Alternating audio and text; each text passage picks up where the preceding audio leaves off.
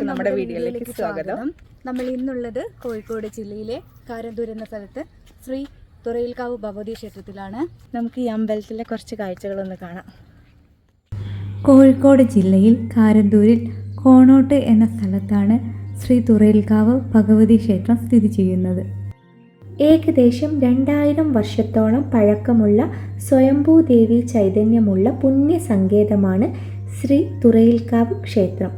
10 ഏക്കറോളം വരുന്ന വനമധ്യത്തിലാണ് ഈ ക്ഷേത്രം ചുറ്റപ്പെട്ടു കിടക്കുന്നത്. ത്രിഗുണാത്മികമായ ശ്രീ മഹാലക്ഷ്മിയും ശ്രീ പാർവതിയും ശ്രീ സരസ്വതിയുമാണിവിടെ കുടികൊള്ളുന്നത്.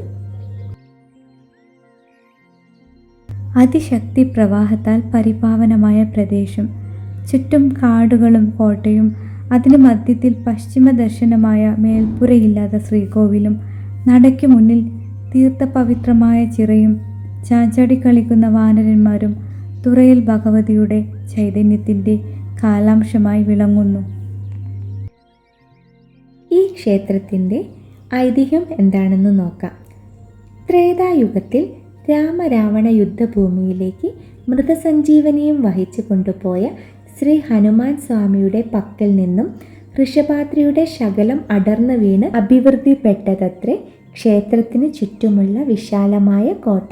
ശ്രീ ഭഗവാൻ ഹനുമാൻ ചൈതന്യം ഇവിടെ കുടികൊള്ളുന്നുവെന്ന് ദൈവിക ചിന്തയിൽ കാണുകയും അതനുസരിച്ച് ഇപ്പോൾ പ്രതിഷ്ഠ നടത്തി പൂജിച്ചു വരികയും ചെയ്യുന്നു.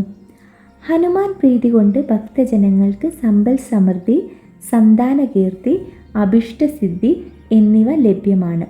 ശ്രീ ഹനുമാൻ ക്ഷേത്ര സംരക്ഷകനായി പടിഞ്ഞാറ് അഭിമുഖമായി നിൽക്കുന്നു. വാനരനായകന്മാർ കിഴക്ക് അഭിമുഖമായി നിൽക്കുന്നു. ഇവിടെ വളരുന്ന ദിവ്യ ഔഷധികൾ മൃതസഞ്ജീവിനി കണക്കെ ഔഷധ ഗുണമുള്ളവയും കോട്ട മരുത്വാമലയ്ക്ക് തുല്യശ്രേഷ്ഠവും വിശിഷ്ടവുമാണ്. ഔഷധികൾക്ക് ഔഷധമായ ചിറയിലെ തീർത്ഥജലം അമൃത തുല്യമാണത്രേ.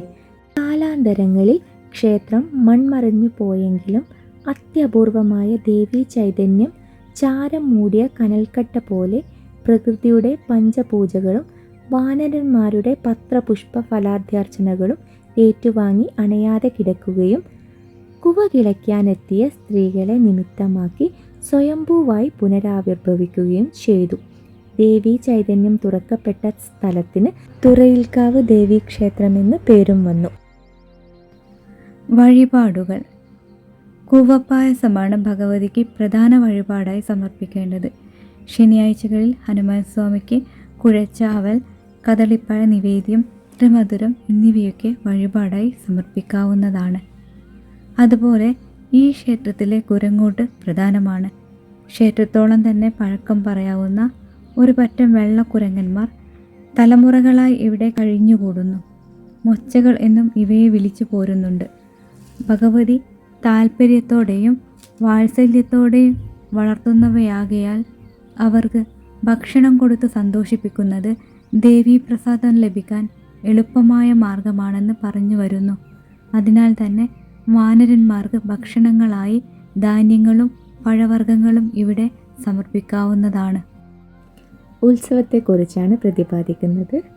ക്ഷേത്രത്തിലെ പ്രധാന ഉത്സവം വലിയ വിളക്ക്, പുത്തരി വിളക്ക്, ചെറിയ വിളക്ക്, നാമജപം, നവരാത്രി മഹോത്സവം എന്നിവയാണ്.